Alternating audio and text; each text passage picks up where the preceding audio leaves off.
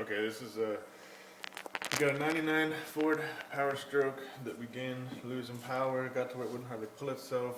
I took the fuel filter on top of the motor out and it was completely rotted, and the bottom metal retainer part had corroded and the whole bottom was full of stuff that looked like that, and been worse. And the water separator element was even corroded and rotted, so it needs to be replaced. And I replaced all that stuff, and it didn't make any change. And I started reading up about these things, that they've got these screens in the fuel sending unit here.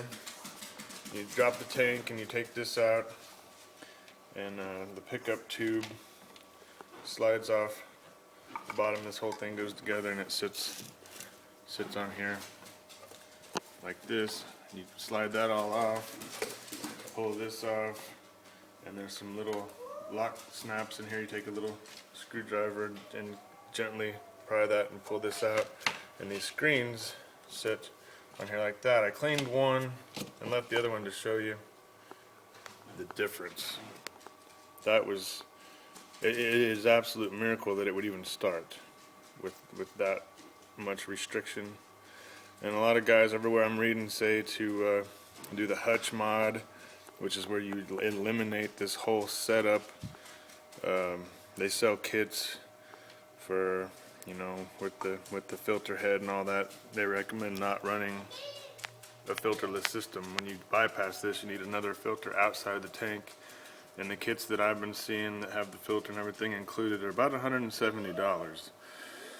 And I need my truck today. I don't have time for all that, so I'm just going to clean them. And I don't see why that won't work. You know, this truck's got about 120,000 miles on it. So if I have to drop the tank, you know, another 75 to 100,000 miles and clean it again, you know, it's just a couple hours worth of work and save almost $200.